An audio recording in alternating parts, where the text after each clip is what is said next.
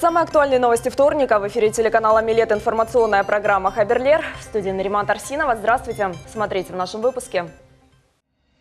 Кто будет курировать Комитет по межнациональным отношениям и депортированным гражданам Республики Крым?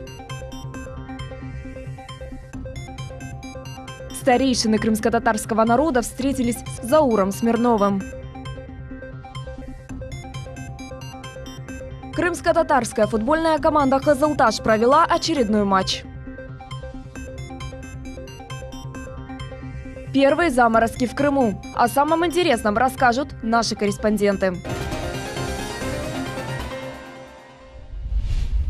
Межнациональные отношения будет курировать глава республики Сергей Аксенов. Такое решение глава озвучил в ходе рабочей встречи с председателем Государственного комитета Зауром Смирновым.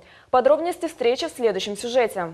Напомним, нынешний депутат Государственной Думы Руслан Бальбек ранее отвечал за межнациональные отношения на полуострове. Как отметил глава республики, межнациональные отношения – одно из самых важных направлений в политике, которое требует пристального внимания. Именно поэтому Сергеем Аксеновым было принято решение взять под личный контроль деятельность Государственного комитета по делам межнациональных отношений и депортированных граждан. Мы с вами в контакте, в постоянном. Сделать необходимо все и продолжить ту большую работу, которую проделал комитет.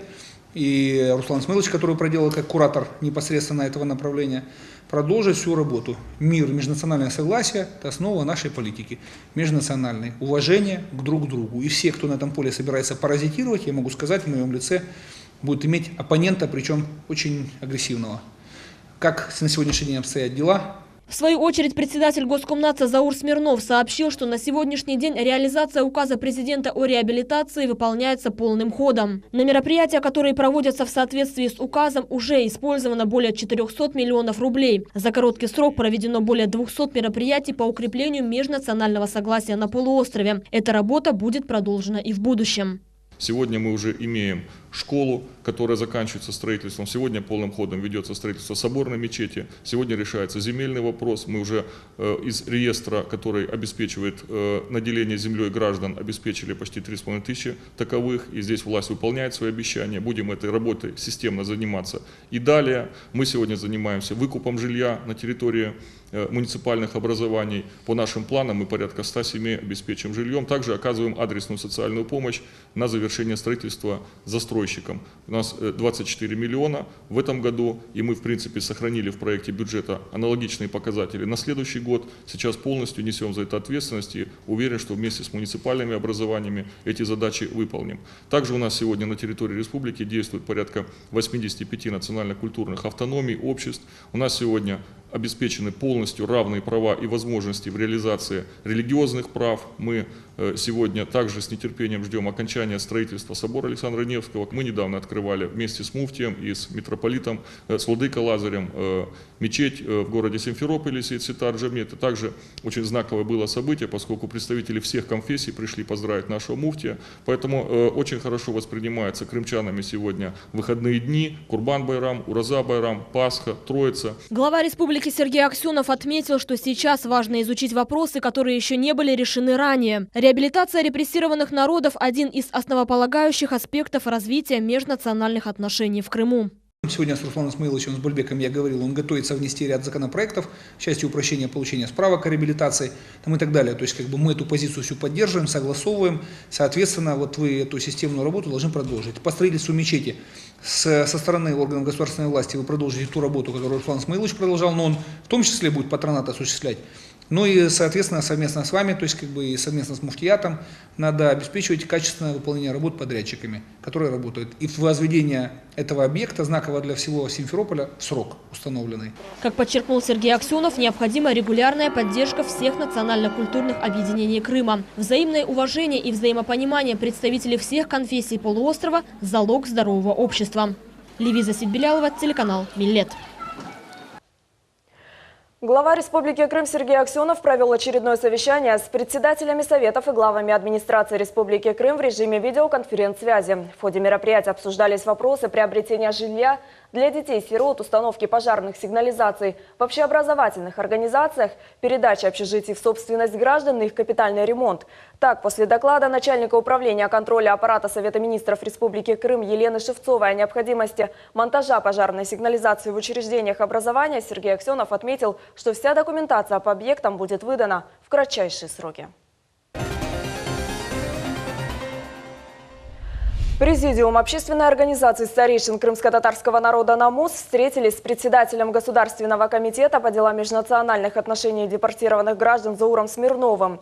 На заседании обсуждались актуальные вопросы крымско-татарского народа и пути их решения. Подробнее в следующем сюжете. Расширенное заседание Президиума общественной организации «Намус» по традиции началось с молитвы.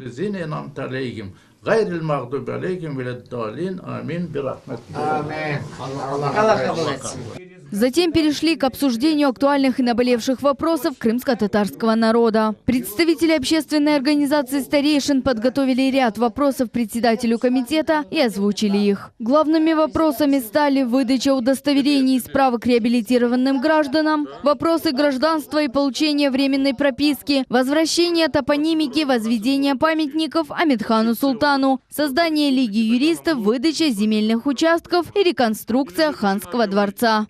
Самые главные вопросы, связанные с топонимикой, земельные участки, гражданство, справки о реабилитации. Вот с этими вопросами мы вынуждены обратиться к Зауру Смирнову и получить на них ответы. Член общественной организации «Намус» Энвер Тимиркаев рассказал о необходимости создания Лиги юристов. По его мнению, общественность не знает законов, и им нужны люди, которые могли бы им помочь и разъяснить ситуацию. Многие люди не знают законов, не понимают их, поэтому мы хотим выступить с инициативой создания Лиги юристов. Ведь если мы создадим ее, то и у нашего народа будут такие люди, кому можно будет обратиться за юридической помощью. Также старейшины предложили Зауру Смирнову совместно выезжать в районы и встречаться с общественностью, чтобы обсудить волнующие их вопросы и проблемы. Председатель Государственного комитета по делам межнациональных отношений депортированных граждан такое предложение поддержал. И в ближайшее время будут составлять график выездных собраний. Также Заур Смирнов ответил на все озвученные вопросы. Решение их находится под его личным контролем. Что касается вопросов по выдаче удостоверений и справок о реабилитации, уже в кратчайшие сроки граждане получат их. Сейчас мы продолжаем работать. Эти удостоверения уже готовы, и мы можем начать выдавать их завтра-послезавтра. Но есть некоторые нюансы, которые нужно решить. Поэтому мы во вторник встречаемся с Ремзи Ильясовым, чтобы внести дополнение в законодательство Республики Крым. Вопрос со справками был одним из сложных вопросов, но сейчас Руслан Бальбек в Государственной Думе, и мы верим, что решение наших проблем ускорится. В завершении заседания собравшиеся назначили дату следующей встречи и отметили, что подобные встречи способствуют решению насущных вопросов крымско-татарского народа. А организация «Намус» будет продолжать прилагать активные усилия для объединения народа и находить пути в решении определенных проблем. Алимия Кайбулаева, Эдем Исмаилов, телеканал «Миллет».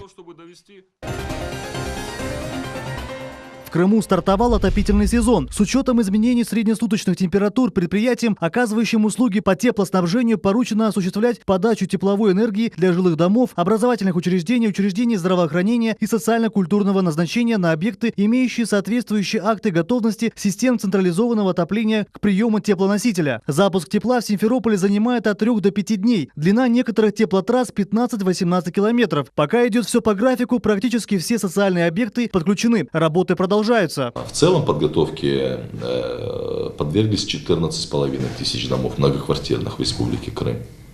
Запасов топлива достаточно. По мазуту и по твердому топливу вопросов нету. Все в рабочем режиме. Это не первая зима, не первый отопительный сезон, который проходит в Крыму. В принципе, в прошлом году прохождение отопительного сезона было осложнено отсутствием электроэнергии на полуострове, вернее ее ограничением. В этом году таких предпосылок нету. Я думаю, в ближайшее время, ближайшую нашу зиму мы сможем благоприятно, комфортно ее пережить, подавать людям качественные услуги по теплоснабжению. Напомним, что по решению администрации Симферополя отопительный сезон в крымской столице стартовал уже 14 октября. Асан Абиблаев, Аким Бекиров, телеканал «Миллет». Авария с участием автомобилей «Шевроле Лачетти» и «Лада Приора» произошла накануне около 23:00 на трассе Симферополь-Феодосия в районе села Черемисовка. Как сообщили в пресс-службе Крымспаса, в результате лобового столкновения оказались зажаты люди. К месту происшествия немедленно выехала группа спасателей, 2 бригады скорой помощи и ГИБДД. Спасатели деблокировали двух водителей из автомобиля, однако водитель «Шевроле» в результате аварии получил травмы, несовместимые с жизнью. В администрации Симферополя состоялась встреча руководства и передовых педагогов столицы с представителями Национального координационного центра проекта «Ассоциированные школы ЮНЕСКО» в Российской Федерации. Подробности встречи в следующем сюжете. Взаимодействие крымских школ с Национальным координационным центром проекта «Ассоциированные школы ЮНЕСКО» способствует улучшению качества образования на полуострове. Председатель Симферопольского городского совета Виктор Агеев отметил, что во время переходного периода школам Симферополя была оказана помощь со стороны правительства Санкт-Петербурга и других регионов страны. В 2014 году, в начале учебного года, все оказали помощь. Оказали помощь методическую для того, чтобы наши прекрасные педагоги, наши прекрасные воспитатели, учителя сразу же начали полноценную работу по российскому законодательству. Первый заместитель главы администрации Симферополя Сергей Крутцюк отметил важность такого проекта для крымского образования. Очень ответственно осознавать, что именно наши 4 учебные заведения Республики Крым входят в проект Ассоциации школы ЮНЕСКО. Это ответственная миссия, поэтому хочется надеяться, что наши школы, в частности Симферополя, будут достойно участвовать в этом проекте. Министр образования Республики Крым Наталья Гончарова отметила, что школы полуострова работают в тех же направлениях, что и проект «Ассоциированные школы ЮНЕСКО». Надеется, что союз будет плодотворным. Самые способные ученики, которые приняли участие в программе, получили путевки в Артек. Я сегодня, в хорошем смысле слова, не с пустыми руками. У меня есть возможность поощрить 30 путевками в Артек лучших учеников этих 3 школ, которые работают в этом направлении, поэтому, пожалуйста, я до конца дня готова по 10 путевок на каждую школу выделить. Пусть это действительно будут те ребята, которые заслужили, и мотивация для всех остальных. В настоящее время в России около 300 школ и 9 региональных центров по всей стране имеют сертификат юнеско. Проект работает по нескольким направлениям. Распространение информации об ООН и ЮНЕСКО, экология, охрана окружающей среды, изучение всемирного культурно-природного наследия, права человека, права ребенка, демократия и ненасилие, внедрение инновационных, информационно-коммуникационных и образовательных технологий. Представители делегации педагогов России вручили памятные подарки министру образования Крыма и главе Симферополя. Айша Шулакова и Ибраим Ганиев, телеканал «Миллет». В Крыму прошел первый пленэр молодых крымско-татарских художников «Сказочная Родина Крым», который был организован в рамках проекта «Крымский стиль». Его автором и куратором выступил художник Мамут Чурлу. В период с 5 по 15 октября группа художников была обеспечена проживанием и питанием в частной гостинице предпринимателя-этнографа Ибраима Ибраимова.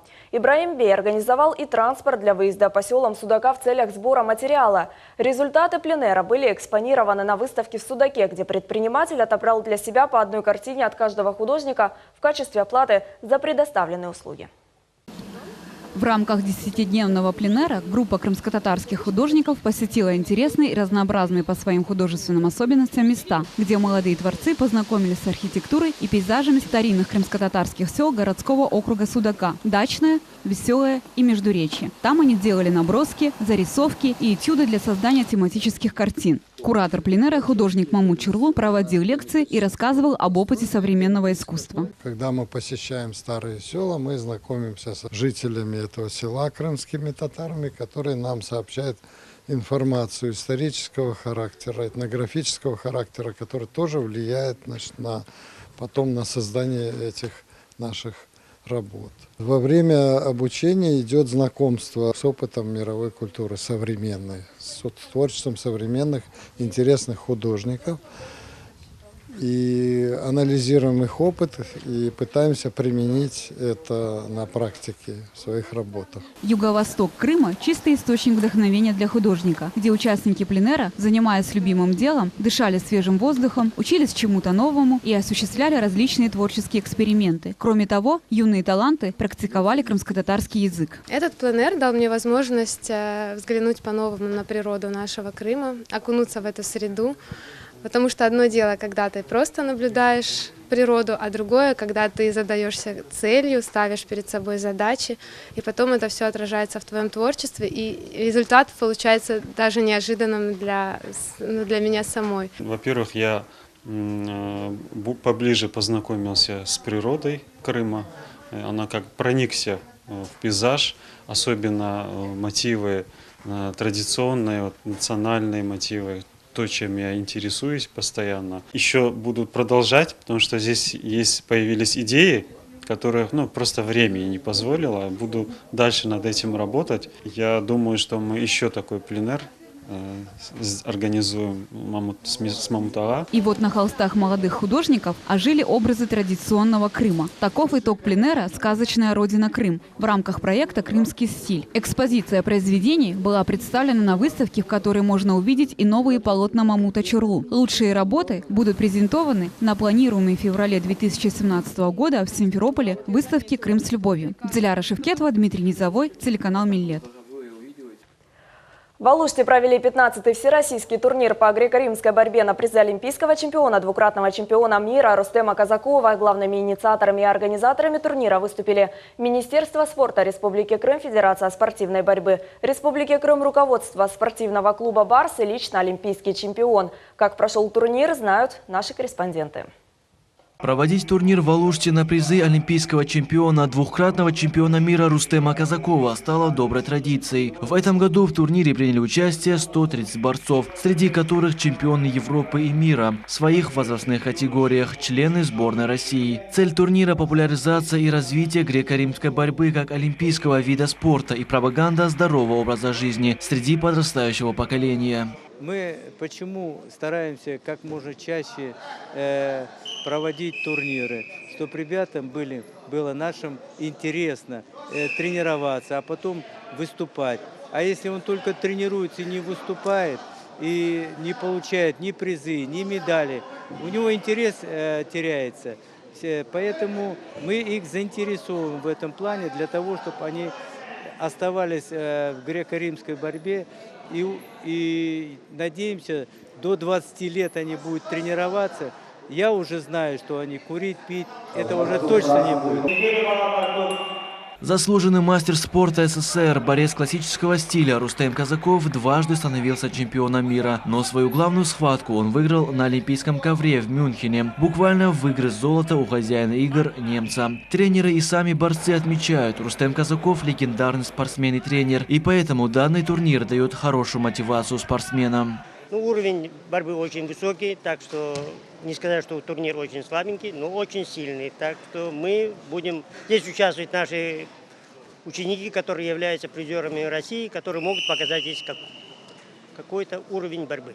За звание лучшего боролись спортсмены из разных уголков Крыма и 24 регионов России. Победители определялись в 11 весовых категориях. Самая легкая – 42 килограмма, самая тяжелая – 120 килограмм. Мой соперник в Алуште, было тяжело, но я выиграл. Я занимаюсь борьбой 8,5 лет уже и хочу добиться своих целей.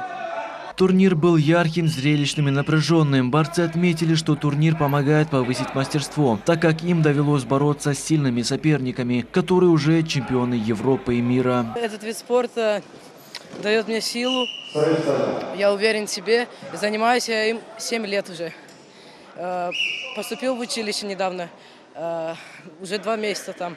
На турнире также присутствовали почетные гости. Они отметили важность данного турнира и пожелали юным не останавливаться на достигнутом. В этом турнире очень большой опыт дают. Во-первых, ребята друг к другу пристраиваются здесь. Ребята накатываются. Во-первых, эти соревнования, особенно турниры таких великих людей, как Казаков, они эмоции, психологию дают человеку, который настрой перед схваткой. И я считаю, это у них светлое будущее.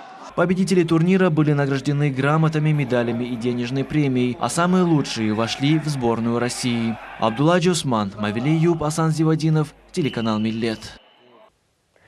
Крымско-татарская футбольная команда «Кызылташ» сыграла свой очередной матч. Игра состоялась в Ялте на стадионе «Авангард» против СК «Ялта». На матче присутствовал и наш корреспондент Мухаммед Закирьяев.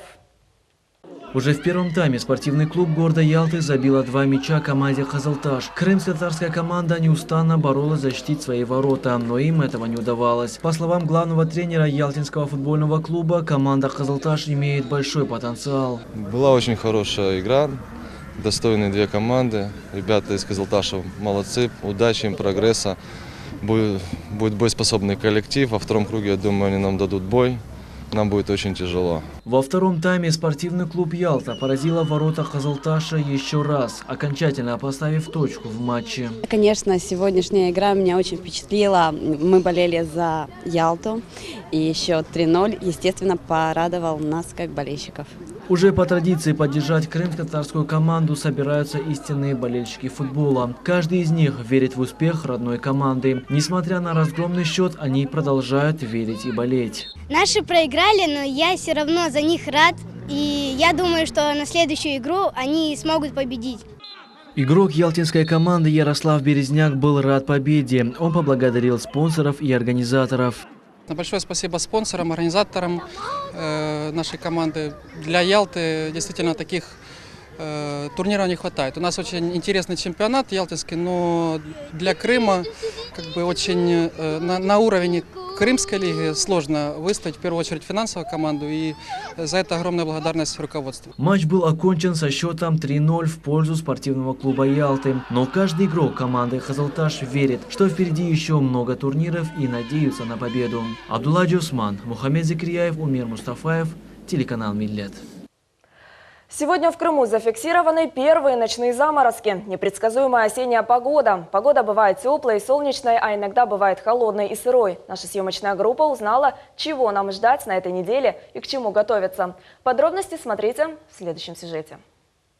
Осень в этом году началась по традиции с жарких дней. Плюс 32-37 градусов тепла. Сентябрь 2016 года уже стал частью прошлого. Запомнился как теплый и солнечный. В сентябре у нас до середины сентября, помните, какая была жаркая погода? 32-37 градусов. Потому что погоду в Крыму определили тропические воздушные массы. С середины сентября на смену тропическим воздушным массам пришел холодный воздух умеренных широт. Резко похолодало. Температура воздуха понизилась на 10-12 градусов. Вы, наверное, помните, да? Из 32-37 она понизилась до 22-25 градусов. Все, лето резко закончилось. Начавшаяся в октябре климатическая осень по своим температурным показателям нормальная, отмечает начальник Крымского гидрометцентра Татьяна Любецкая. Заморозки мы ожидаем еще сегодняшней ночью. Со среды потепления уже. Температура воздуха будет повышаться, составит 10-15 днем и 3-8 градусов ночью.